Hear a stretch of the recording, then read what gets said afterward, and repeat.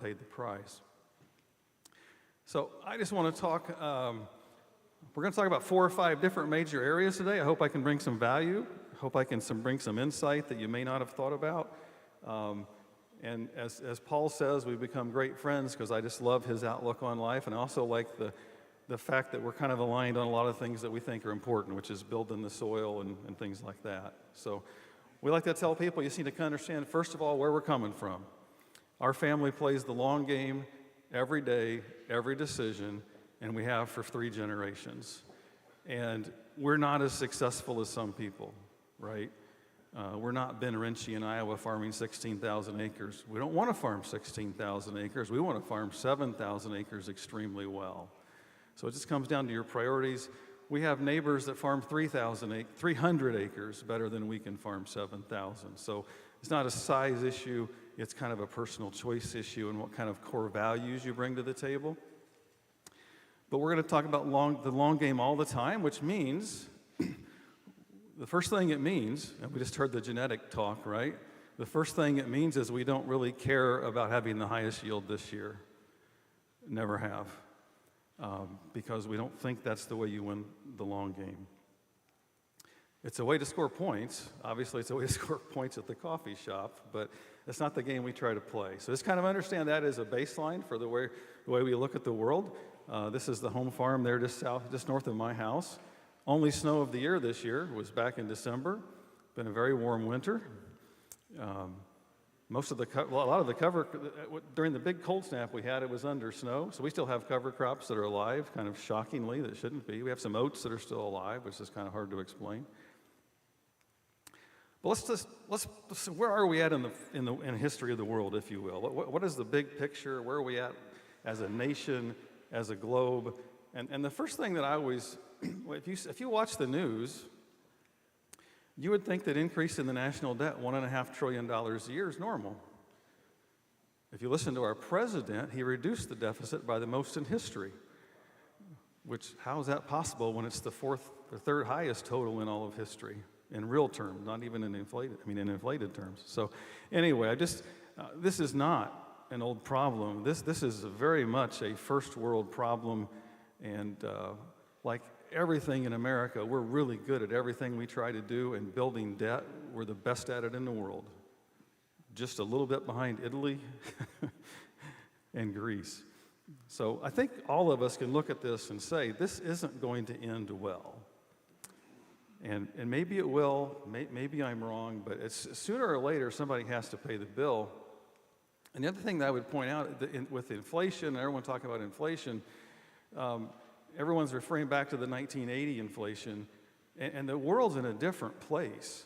And I just like to do some math on this. Total U.S. debt, public, private, personal, Paul Pence to build his grain handling facility, is around $94 trillion right now. If the interest rate on that debt is 2%, which is the inside the box right there, that's $1.8 trillion in interest, about 6.4% of GDP. That's actually very maintainable. It's kind of been a normal number for years and years. But if the interest rate's 7%, the debt to service the $94 trillion becomes 6.6 trillion, or 24% of GDP. Well, there's absolutely no way an economy can pay 24% of its gross domestic product in interest. And so the people that are worried about inflation, in my view, probably are missing the fact that we're $94 trillion in debt. And so when Paul talks about volatility, we haven't had any volatility. I go to we're in Hamilton County, so I go to church, went to Mass last night with all kinds of friends, not one of which know anything about agriculture. And one of the guys was talking about how it's, his stock portfolio is just about back up to where it was after that terrible year last year. And the problem with that is there wasn't a terrible year. I mean, it was down 22%. The stock market is down over 50%, 7 or 8 times in history. So to say that a shallow 22% is a crisis is ridiculous. But I think it's important to, as we start looking around our businesses, we just need to recognize that the availability of capital is not guaranteed. It is not guaranteed that you can just go out and borrow money whenever you want to buy something, Or in agriculture's case, it's not guaranteed that you can go out and borrow money to make their principal payments, which I think is a pretty big deal. I don't think in ag, we haven't had to worry about that in about 35 or 40 years. So it's probably about time for that to come around. But I just think it's important to understand that we're in this debt situation, and yes, we can keep printing money, and that will work until it doesn't. And when it doesn't, it's going to be very, very interesting to see who survives. So the second thing about this, and so what happens when we start bringing this all back together, and so what I'm trying to get at is like in the world, like the stock market, like my neighbor at church, right? He's so glad the stock market is back to where it was, which is reasonably valued, using his words, reasonably valued. The stock market is overvalued by every historical measure by a long, long way. And we'll get into a little bit more of that as we go through the presentation. But it's just important as a technician or somebody that works with historical numbers, the real support in the S&P is 1,000, right? That's down 75% from the high. But that is support. That's how ridiculous this has become. And if you talk to, when you get into some of these unwinding kind of things, the reason that we can't allow any of this debt to unwind is because the system would implode, and everybody knows it, right? Everybody knows it. Everybody at Davos knows it. If the system doesn't keep going, they won't be able to put gas in their corporate jets and fly to Davos for the meeting, right? So everybody in power knows this. The problem with that is once everybody knows something, usually something goes wrong. And we can look around the world and we can see all kinds of things that might go wrong. Taiwan goes to China. What are we going to do about it? Stumble up the ramp in Air Force One like Joe did yesterday? I mean, we're not going to do anything about it. Let's be realistic. So there's a lot of these things to kind of understand that we've got this huge balloon of values, all asset values, home values. And of course, we need to talk about farmland, right? Because most everybody in this room owns some of that. And congratulations for being the smartest people in the room 30 years ago when you bought it, right? It wasn't. I remember back in 91 when we bought our first farm, Jane and I, it didn't look that obvious, right? Because we couldn't even pay for it. It didn't look like it was the right thing to do, but now it generates more income a year than it cost. Part of that's just currency creation, but part of it is the yield goes up and everything else. But again, I like to look at history, and I like to look at history in terms of slopes and angles. And this is vertical. This is not sustainable by any stretch of anybody's imagination. And so, somebody asked me, what do you think about buying farmland? And I said, I don't know, I just sold some. So I probably don't think it's a good idea. And you can say, well, and my dad said, you shouldn't sell it. I said, Dad, we're in a different spot, right? We're in a different spot. We sold a farm we paid $7,000 for 18 months ago for $17,000. It lets us get the landholding company completely out of debt. So instead of owning 1,000 acres, you own 940. What's the big deal? So it's just a different thought process. But when we look at this playing the long term, the long game, that doesn't mean you always just have to buy and hold everything. We view this as an opportunity to build liquidity so that when something bad happens, and trust me, it will. It doesn't take a rocket scientist to say something will not be good at some point in the future, right? It also doesn't mean you shouldn't grow your business. I'm not saying that. I'm just saying it's an opportunity. If you hold a lot of land, in our case, we're spinning off the 20 acres that are surrounded by woods that we don't make any money farming anyway. Why wouldn't you spin off 20 acres for $24,000 an acre for somebody to build a stupid house on if it's surrounded by trees? It's just like a good business decision, and we're going to get into some of the data that drives why it makes us easier to make those decisions. But there's nothing really insightful about saying that land has gotten ridiculous, as have cash rents, if you follow the cash rents auctions in Iowa. Another point here just to focus on a little bit, everyone's comparing the inflation to the 1980s inflation, how that got going and kept going and kept going. And the difference with that is in 1977, the Fed raised the interest rate like once by 1/4%, right? Well, the Fed let this get so out of control that they've raised the interest rate on long-term bonds basically 6 percentage points in 16 months. So we're not responding like we did in the 1970s. So for us to expect a similar outcome, I would argue, is probably not very, very thoughtful. It could happen. Yes, the consumer in America has been stronger than people think. It takes a long time to spend the free money, right? But it doesn't mean that it's not still going to happen. So I like to watch, my wife and I are looking at buying a second home in the Cleveland area to be by the grandkids when we're not farming.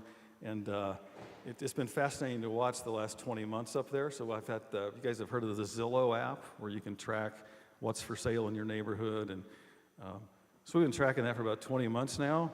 And like 20 months ago, the house values, every single house that was offered after it was on the market raised the price. In the last 3 months of the houses that have been on the market, so let's say there are 30, 29 have lowered their asking price.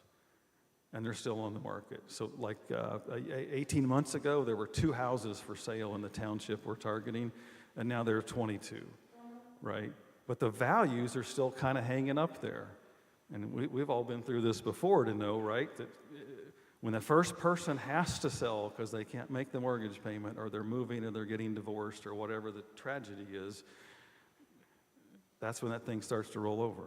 So we're kind of waiting and watching, and it's just something that these long-term rates at this level, go back to the first slide about how much more interest it takes to run the world, really, really become a demand deterrent, but not in the fourth quarter of 2022. A lot of this stuff takes a long time. People have to be transferred and move, and then the new mortgage is at 6% versus the old at 2%.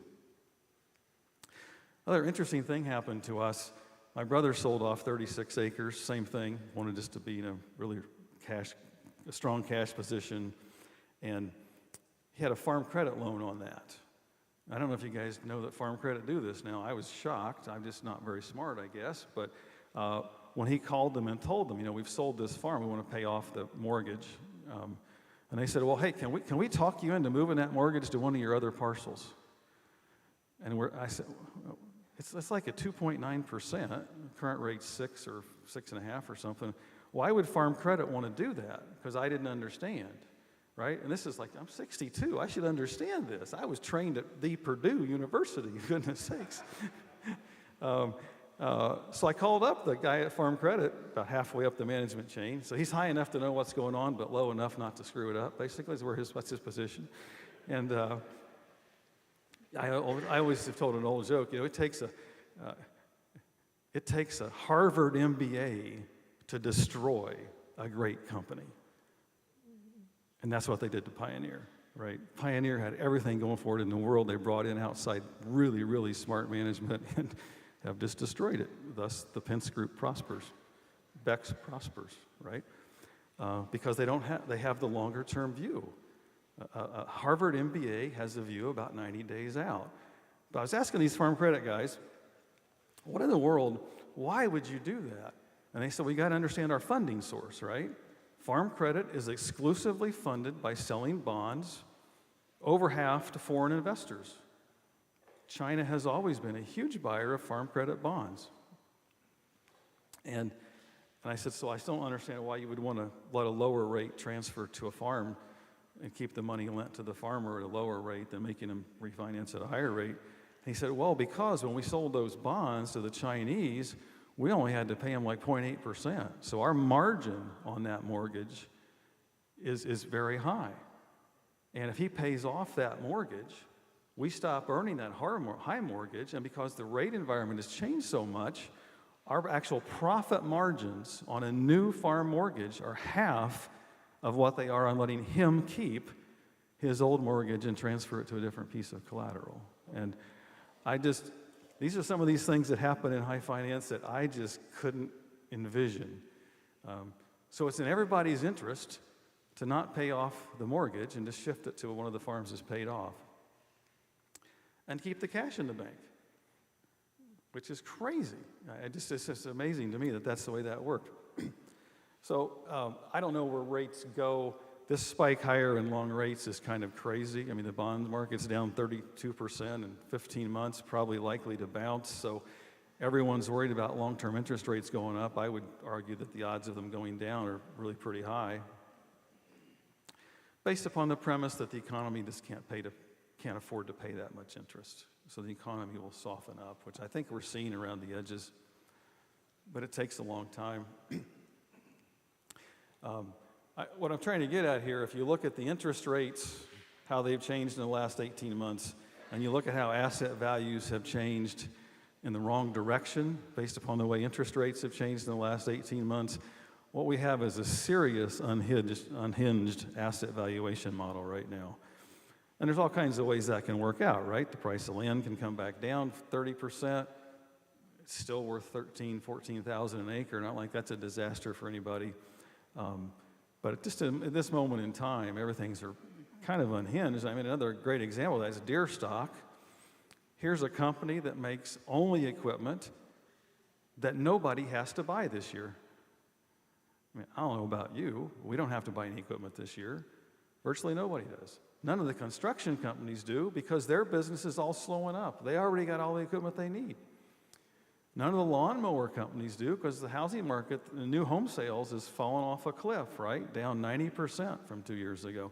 When do you buy a lawnmower? When you buy a new house? You know, Harry Dent did some good work on demographics and stuff a long time ago. Why do you guys start getting emails from Harley Davidson on your 41st birthday? Because the average first-time purchaser of a Harley Davidson motorcycle is 42 years old. Right? They know their market. You got to be rich enough to afford one. So you don't send them to 18-year-old kids, right? And you don't send them to 65-year-old guys or 62-year-old guys like me because we could actually fall off and get hurt. Not interested in that at all. So anyway, but this is what drives this S&P valuation so high. Deere's a pretty big component in the S&P 500. And again, I like to look around the edges for the stuff that we all know is happening that no one's talking about. So we normally buy a 2-year-old combine, right? Because we just don't want to pay for the new ones. And Reynolds Farm Equipment has got this whole system figured out, right? They sell the new ones to Salisbury's, and then Salisbury's trade it in, and it goes to Atlanta, and they sell it to the Rulons. And then after the Rulons run them for 5 years, they sell them to somebody in southern Indiana, right? There's this whole daisy chain that they all know is going on. Last year, there were 0 combines for us. Now, luckily, we got Salisbury's back in like July during the pandemic crisis. So we got it before everything took off, just thankfully, luckily.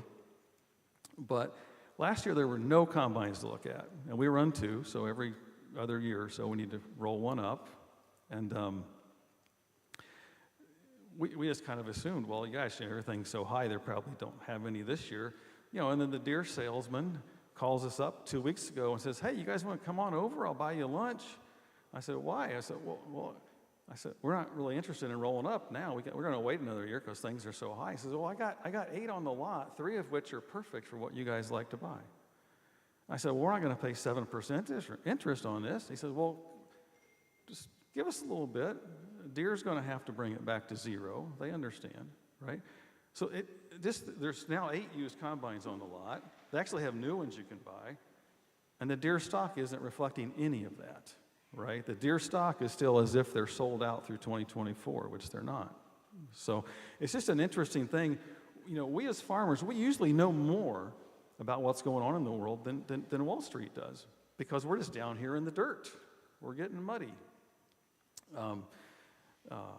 Dado used to be the guys that ran the Lusco Recycling Center in Noblesville. If you want to know how the economy's doing, you go talk to them. They know exactly what the price of copper scrap is and what the volume of copper scrap traded was and the freight rates and everything. So anyways, it's just a seriously unhinged valuation model for Deere based upon the outlook for their sales and their pricing power. Remember, earnings are driven by pricing power. And the DeSitter family standing in the back and selling grass-fed organic beef for some ridiculously high amount is pricing power. They're sold out, right? That's pricing power. Deere has pricing power when they're sold out. When they're building 3 extra combines, that goes away. When they're building 100 extra combines, it goes away really badly on them, and especially in the lawn and the equipment markets. So we're going to take a little time here. Paul, how long do I have? Till 10 after 10 or so. Okay. Well, we're going to pick up the pace. 10:25, sorry. Okay, thanks. Oh, that's how long you said I could have. That's not how long I'm taking. So we want to share these maps. So, I'm really blessed to farm with a family that's way overeducated. Rodney got out of Purdue in '96 with a master's in ag systems management, so he understands computers. We hired a guy that runs our satellite farm in Connorsville. He's 25. He really understands computers. I mean, I come up here and there's like a Nashville, Tennessee sound studio soundboard, right? So the technology's everywhere. But when you start doing everything and recording it, so we keep track. We're just running SST Toolbox with the Ag Leader system on everything. And whether you like Ag Leader or you don't, I mean, just understand it lets us tie everything together. So, for example, I can pull up in about 12 seconds how many pounds of nitrogen, actual N, we applied to one of these pixels 5 years ago. All right? Now, there's no value in that, but there's a ton of value when you start thinking about how to use that to manage things for the future. And so we've built this. We've been doing soil sampling on 1 acre grids for 32 years now. So we have an incredible database of soil, pushing 500,000 sample points. And we've learned a lot of things. And once you get that stuff in the system, so when I plant the corn, it goes up in the cloud. I don't know where the cloud is. It's up there somewhere. But it shows up on Rodney's desk in 3 milliseconds, and he knows how many seeds per acre we're planting on that pixel, not in that field. And then the other interesting thing that happens is you can actually program these things to monitor for when your planter driver, who is me, is not paying attention because he's talking to Paul on his cell phone. This spring, Rodney calls me. He says, "Do you realize you've got no down pressure on rows 9, 10, and 11? I said, "Sure." He said, "It's the big red flashing light on your screen." And it was flashing. Well, now that he mentions it, it was flashing red. Oh, my gosh. The point I'm making is that you can make it so that anybody can drive the corn planter better than I do, and I've been doing it for 32 years. But it also gives you this data that you can start to learn things from if you decide to use it. The technology is great, but only if you use the data. Paul's doing a lot of great research on cover crops and seed placement and all those kind of things. And so there's no doubt in my mind within 10 years we'll be planting 4 varieties in every single field. There's no doubt about that.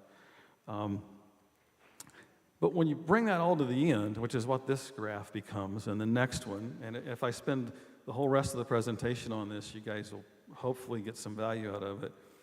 So what this lets us do, and we had to buy a bigger computer, this lets us look at everything that was applied to this field this year. We know exactly what it costs. We know exactly what was applied by pixel. We have the yield map by pixel.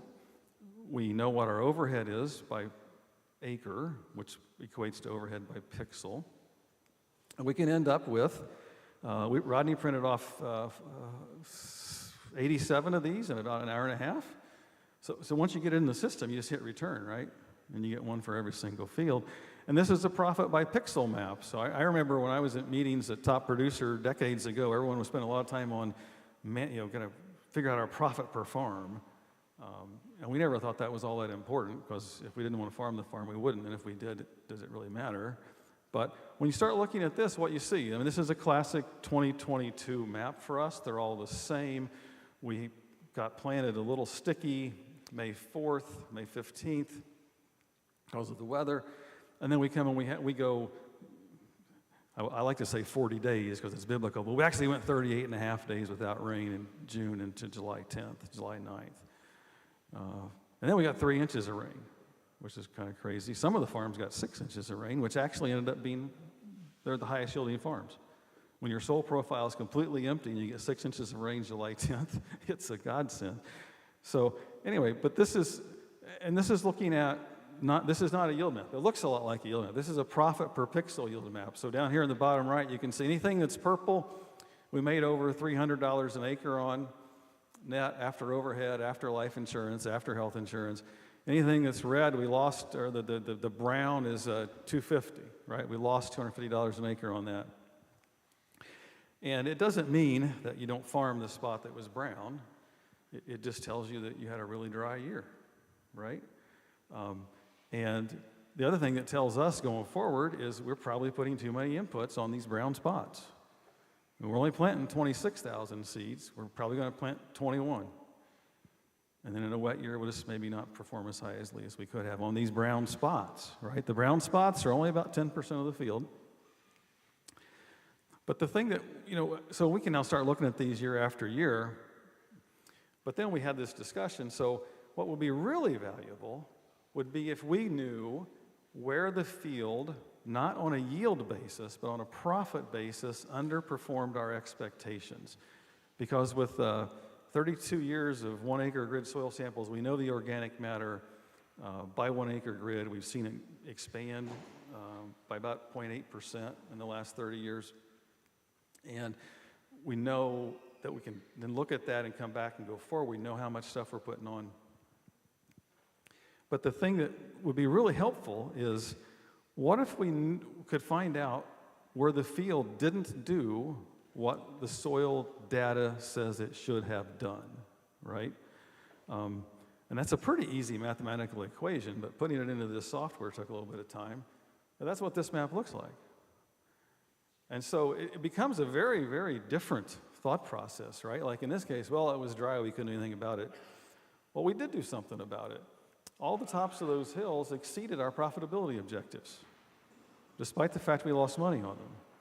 Remember, because the way the calculation is driven is all the overhead is included, right? Everything is put on every single acre. And so you end up with a map that's a little skewed. But in this particular case, if you go back and look at this map, does the top left-hand corner look anything different? Does it look wrong? Does it look, there's nothing that draws your eye to the top left-hand corner of that map. And when you print this map out, you're like, what happened? How in the world does a part of the field where the yield was, I drove the combine, the beans are making like 66, 60 right there. And Rodney tells me it's the most disappointing spot in almost the whole 7,000 acres. Well, it's because the spots to the south of that are purple were making 78 and 84. And then the same soil type, 300 feet north in the same field, is making 66. Well, you can figure out the profit implications of 78 versus 66. And that's why this shows up. And so then we start saying, and we just got these maps for the first time 2 weeks ago, and we start digging into it. Over here on the left, old hog barn. My uncle was a great guy, but he only took the hog manure as far as the field started. We've always known the phosphorus there is way too high. It's been way too high forever. We have never applied phosphorus on that in my career, and it's still toxic, right?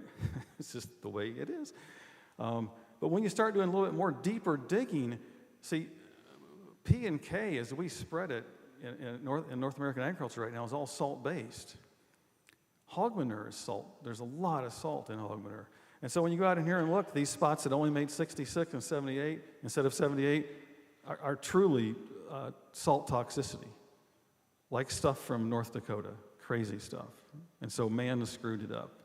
And how do you fix salt? That's really tough. They also have some magnesium sulfur imbalances. So what happens is when you get the soil, the point is when you get the soil out of balance, which is why soil health becomes so important, everything kind of slips away on you, right? So despite the fact that this spot has no P, no K, and a normal N rate for us, and like that'd be a spot that would have a 300 bushel corn yield expectation in terms of how much nitrogen we put on, and it would only make 220 or 240, right? So again, it lets us manage to learn things. The other thing that you learn if you do this on all of our farms, pretty much the outside 60 feet along the edges, along the road on the east side, has severe salt toxicity from the road salt. In Hamilton County, that's not going to change. They've spread salt 6 times this year. We've had 1 snow. I mean, if you're rich, you can do whatever you want, and that's what they do. So I just think this is kind of where the technology is going. We all know, and the other thing that happens in here, I'm going to sell some tile for you, Paul, okay? Is that okay? The other part of this is still owned by my aunt and uncle. This is owned by us. This is pattern tiled on 50 and 75-foot centers. This top 20 acres is pattern tiled on 100-foot centers. It's not good enough on that soil type with the outlet size we have. Water stands there for about 2 hours every time after a big rain. 2 hours of standing in water on soybeans is a disaster. 10% yield cut immediately for the whole rest of the year. So anyway, you can start getting some of this data, pulling it out, and learning from it. And so now, when we're pattern tiling the field across from my house that Dad owns, and he said, well, what, are you going to put those in 100-foot spacings? I said, dude, that's way old to school. He said, oh, 75s. I said, well, we're thinking more like 50s. He says, why 50s? And I said, well, you need the tax write-off. So, my dad's going to die having never paid income tax, no matter how much it costs him.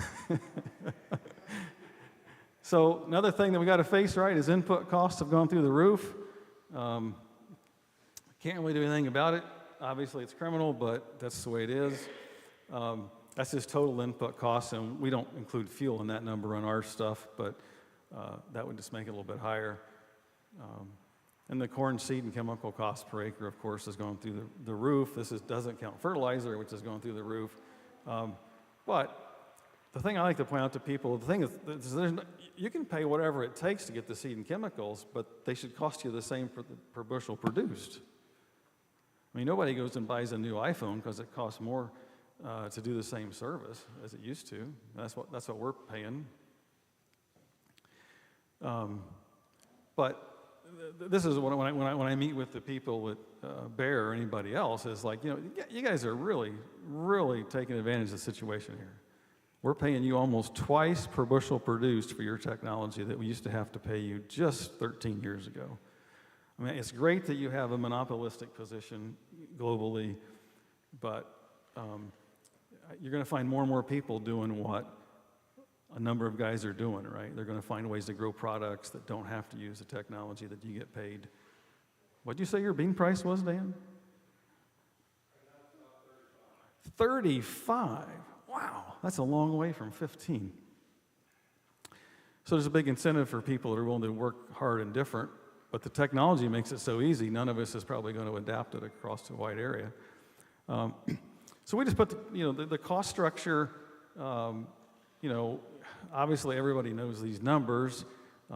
We could grow soybeans for $8 or $9 back in 2020. Now it's going to cost us 12. So in essence, we've made our farm about 60% more risky in the past 3 years, which, as the finance guy, I don't feel very good about at all. Corn numbers are about the same. It costs about 50% more to grow corn than it used to. It just doesn't give you any downside, right? I mean, in agriculture, we really haven't been able to lose cash farming for a long, long time because we got the crop insurance floors, right, 85%, and our costs were below that. We have almost all of us in this room have a portion of our land base that's paid for, which means those farms generate cash every year, no matter what you do to them. But anyway, the cost structure is a real deal. And I don't think it goes away, but it goes away after it helps us, right? If you go back and look at 2013, the cost structure came back down, but didn't come back down until 2014 or 2015 after you were selling beans for $8 again. So then I want to flip over a little bit to the commodities side of the world. And go back to the initial theme about like where are we in the world, right? Assets are extremely overvalued. You can run some numbers. The assets like land, houses, stock market are overvalued more than they were in 1929 by a factor of 2. And all we just have to count on is that the Federal Reserve won't do what they did in 1930, right? And actually make the currency worth something. So one of our core values, as un-American as this sounds, is that the currency is going to zero. And since I started farming, the currency is down in value 90%. And we all know that, right? A new pickup truck costs $80,000 now, and so it used to cost 20. And getting that in your heads and trying to explain that and teach my kids about the impact of inflation at 3 or 4 or 5% a year, it's almost incomprehensible. But that's how far out of valuation things are, which creates an incredibly brittle system.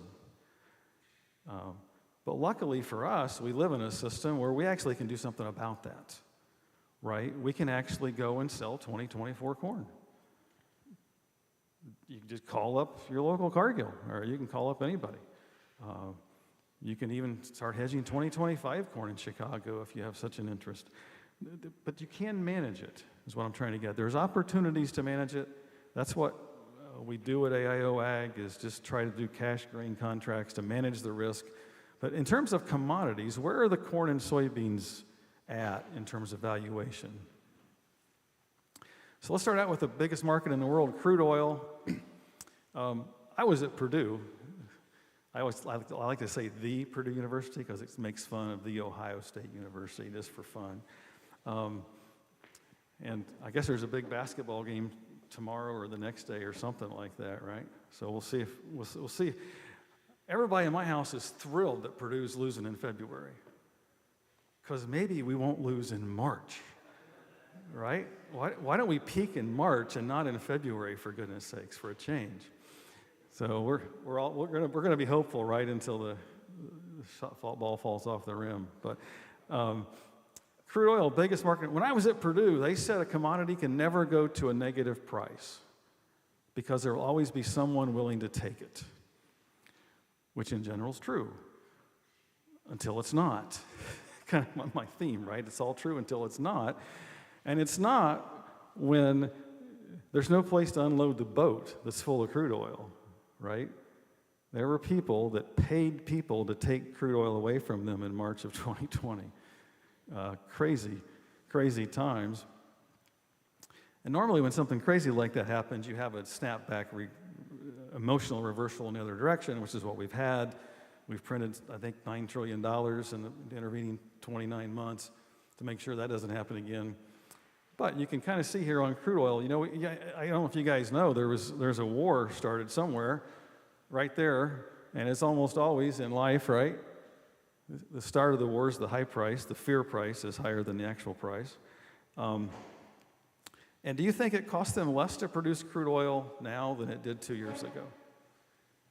Absolutely not, right? Rig workers are getting paid $100 an hour. I mean, everything, the metal that goes into the rig. So the point I'm trying to make is, I read somewhere the cost to produce crude used to be in the $25 to $45 range, and now from the Bakken fields, it's in the $70 to $80 range. And the point is, oil's still worth twice what it was 3 years ago, and the oil companies are going to lose money making it. And that's how inflation kind of gets eaten away at things, right? Which means they can't afford to reinvest to drive the price down, or the economy has to slow down, which is probably what normally happens. But the price of crude's down about 50%, 45% in the last year, despite the fact the war is still going on. Quick show of hands, who's winning the war in Ukraine? Nobody wants to vote. Okay. You're wise. None of us know what's going on in Ukraine. Let's admit it.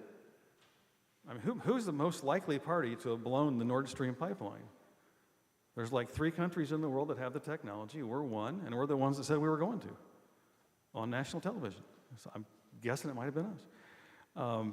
But beyond that, it's especially in the West and especially in America, we like to think of the world, right, like it's like us, and it's not like us. Russia has been involved in tons of conflicts in the last 250 years. They never won any of those with technology. They always won those with more dead bodies than the opposition. They did. They lost more men than Germany did. And they still won the war, theoretically, So I think, we kind of need to put this in the mindset of Russia just called up 250,000 more men. That's more men that are probably in fighting size in Ukraine. So it becomes a war of bodies, as stupid as that sounds with modern technology. And so I just don't believe for a second that Ukraine is winning. I don't believe that Russia is winning. I think it's high odds that we put them all up to this. The West needs a war. We're bankrupt.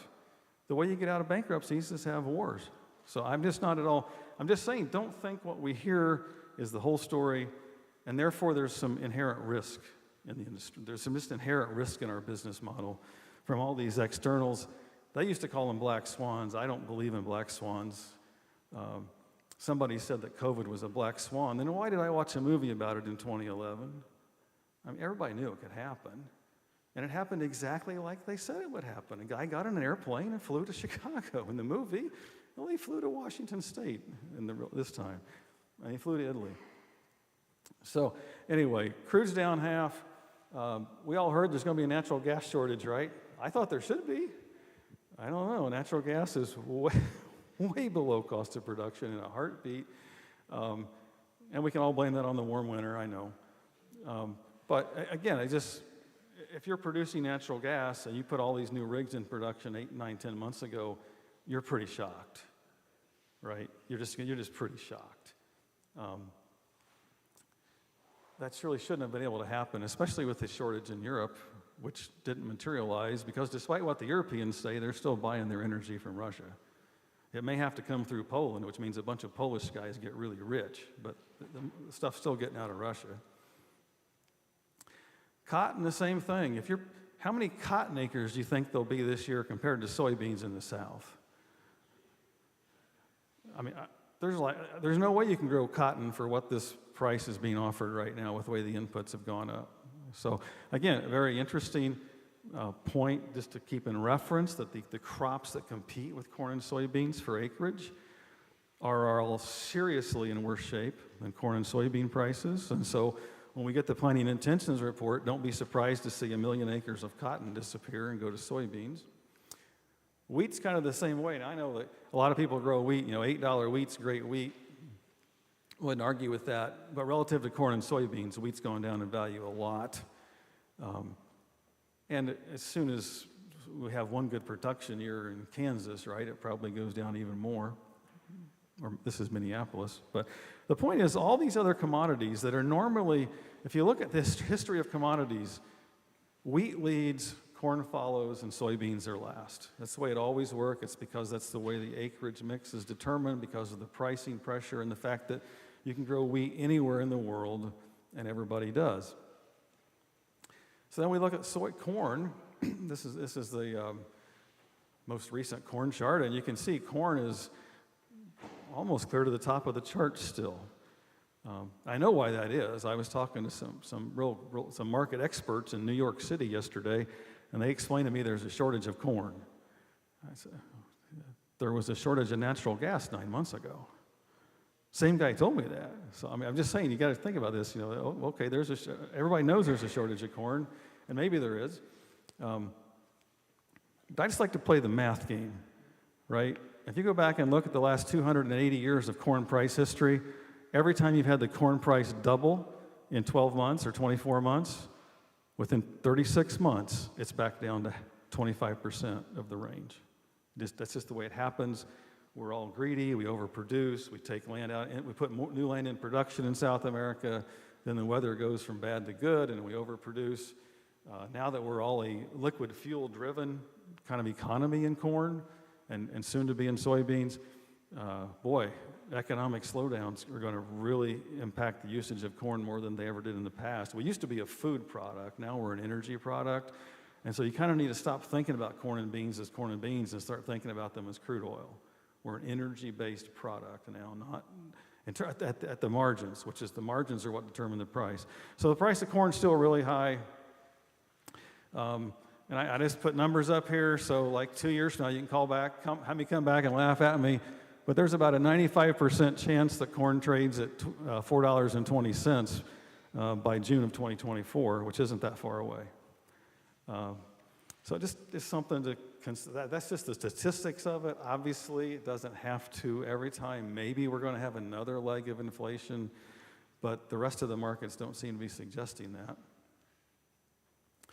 And one of the things we do when we're doing our pricing programs, we like to think about what's from where the current price is, what could happen? Well, if we have a drought or something, corn's going to go back to $8. So that if we sold all of our grain at $6, that would be a big miss on the upside. And a big miss on the downside would be corn going back to the 430, 420, 450 level, which is where it's destined to go to. And if you don't price anything, that's a big miss on the downside. But for the first time in history, I can say that this red bar the cost of production bar is way up the graph from where it used to be. And so it's actually possible to lose cash farming for the first time in a long time. When you go back over into 2018 and 2019, our cost to grow corn was about $3.50. It was right here, or $3.20. We've always tried to grow corn at the cost such that it meets the low price of the cycle, not the high, and then hopefully do well in the other years. So there's a lot more inherent risk in this. And if you can jump back to natural gas, it's the same risk, right? Natural gas is a big market. You wouldn't think there's any way in the world that the people that use this stuff could let it fall so quickly. So we're locking in LP for this fall, even if we're wrong. We're paying a lot more than the spot market. I was there last night at 9 p.m. and they were filling the LP tanks. The semi was there. Why are they at 9 p.m. on a weeknight? Anyway. So we like to protect against these big misses down by using option strategies that protect us only on the down. To protect the floor, we like to put floors in place and then hopefully try to sell volatility throughout the year to reduce the cost of the floor. You guys all know this, right? The price of corn tops in May, June, has for every year until it doesn't, right? Until it doesn't. But these actually become a lot easier to manage because they're the technical terms counter seasonal. But the bottom line is we're kind of in this. We're here into March. I realize the price of corn isn't as high as we want it to be, especially the new crop, but this seasonal cycle will probably work out again, may even top out a little bit early this year because it's topped out late every year for a long time. But we just don't want to ignore it, right? And especially when our costs are so high. So we're just suggesting that it's not, and volatility actually is very low because the market's not going anywhere. So it's actually a pretty good time to buy these options floor strategies underneath. Soybeans are even farther off the top end of the chart, which makes sense, right? Because I said wheat goes first and then corn and then soybeans. You guys remember soybeans topped in 97, not 96 like corn did. Same thing in 13, soybeans topped later than corn in 12. So I just kind of looking at this stuff, soybeans are really at the high end of the valuation spread. And you just do the math. By the end of 24, soybeans ought to be trading 1060. It's about a 95% probability, and they're worth a lot more than that right now. So we would just think it's kind of time to think about that and protect our businesses. I like these blue box charts because when you look at this soybean chart, there is the argument that biofuels are going to drive the valuation of soybeans into the stratosphere. Which would be true if there wasn't any competing alternative products, which there are. But just on the soybeans, the big miss down is about 6 times the box on the big miss up. So even more of an emotional or a business strategic protection point of view would be that the soybeans are the ones more likely to suffer a meltdown. And especially when you consider soybeans are grown more so in South America now than here. Brazil's having a great crop.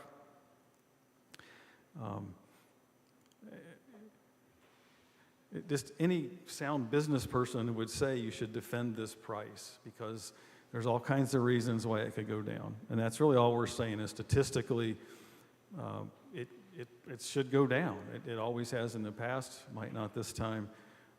But we're still, so the other thing about this, we're still $2 a bushel above our cost of production, right? So on 3,500 acres of beans, we only end up making $500,000 this year.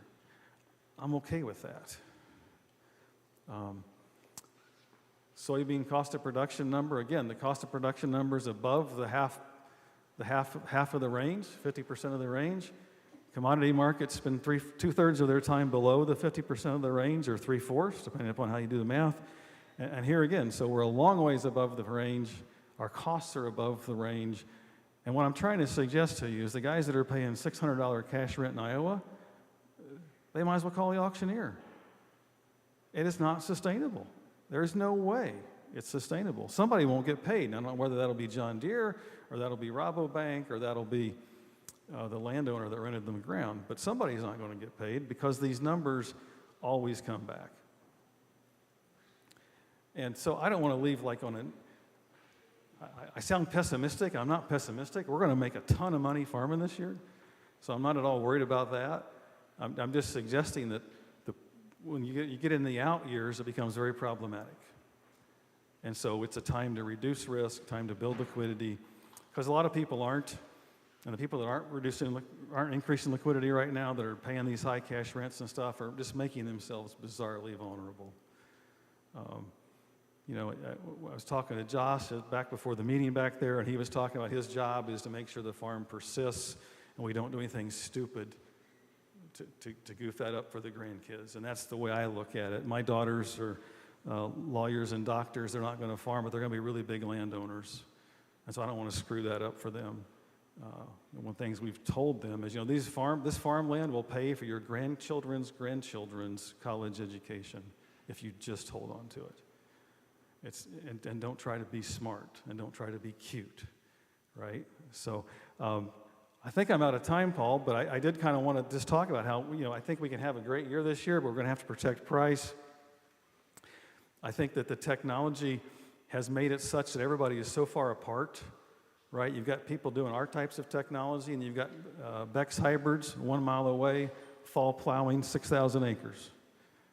And when you go down to where the rivers come together, where we have green grass growing on our fields versus theirs, there's the brown, muddy water from the right side of Arcadia, and there's the lighter brown, clearer stuff from our side of Arcadia.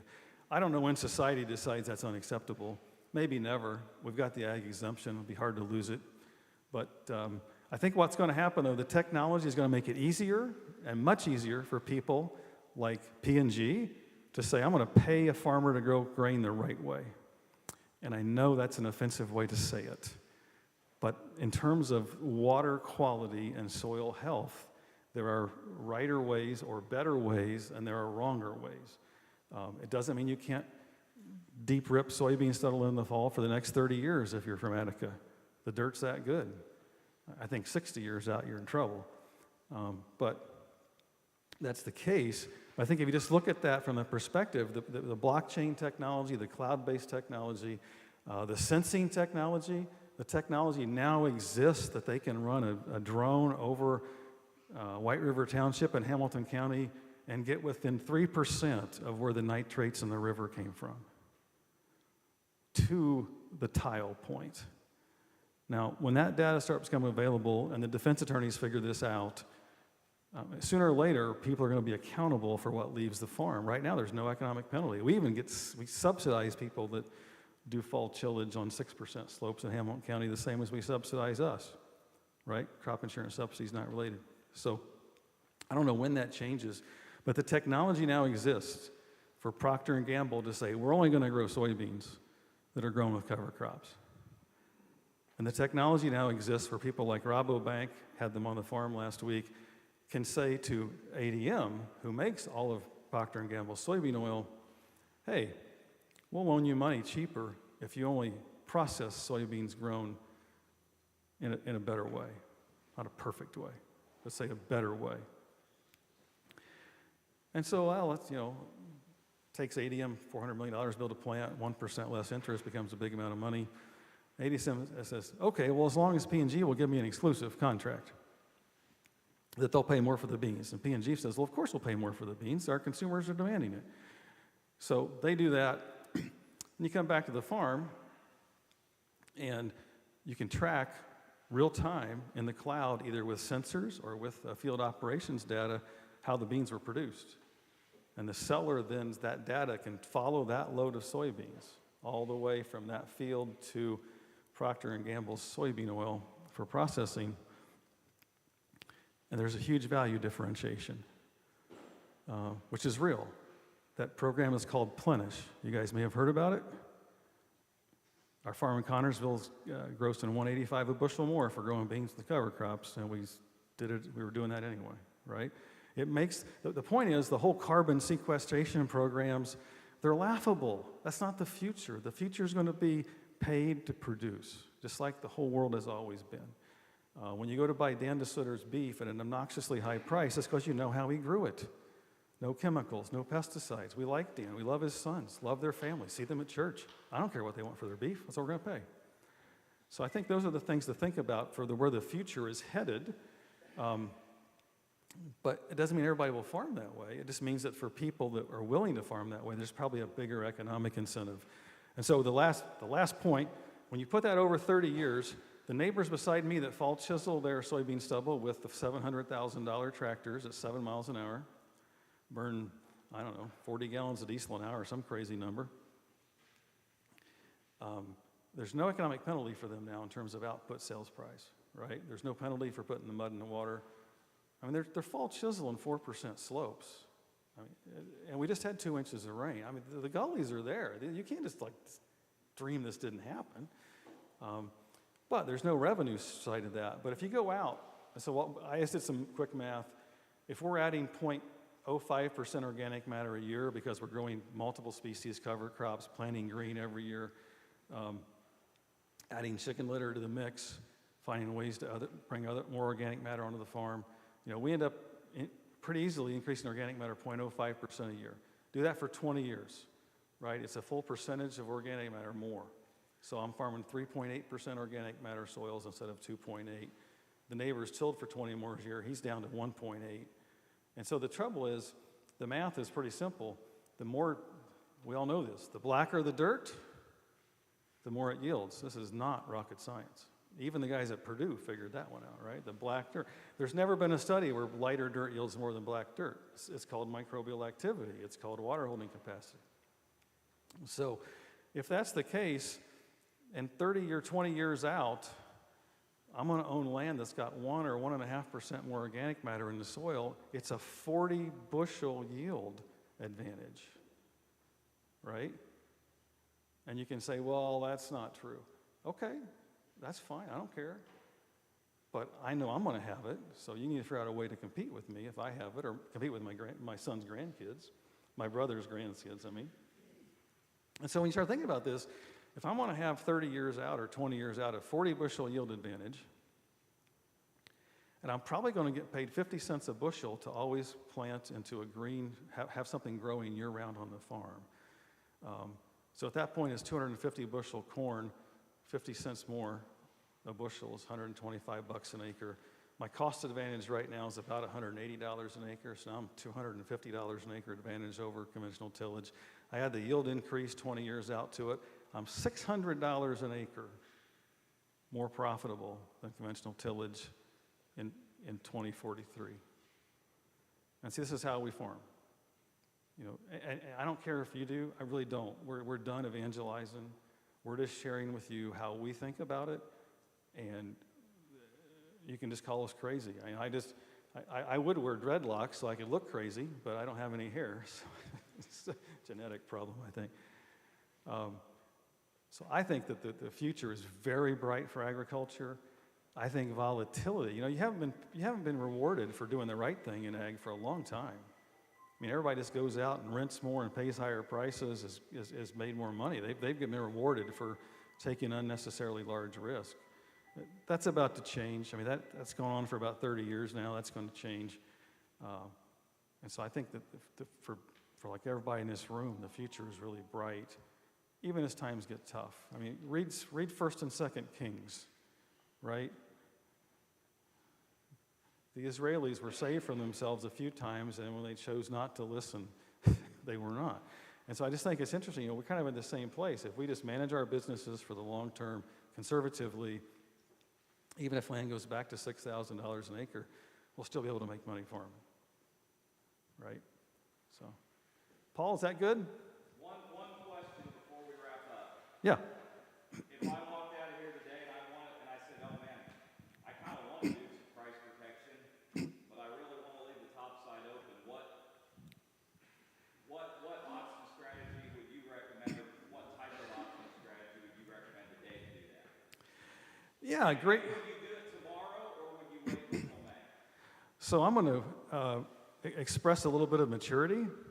So 20 years, I would have given you the exact day on the calendar I would do that 20 years ago. And now I will admit that I'll be within 2 or 3 weeks. Okay? So I would say you want to put this strategy on over the next 6, 7, 8 weeks.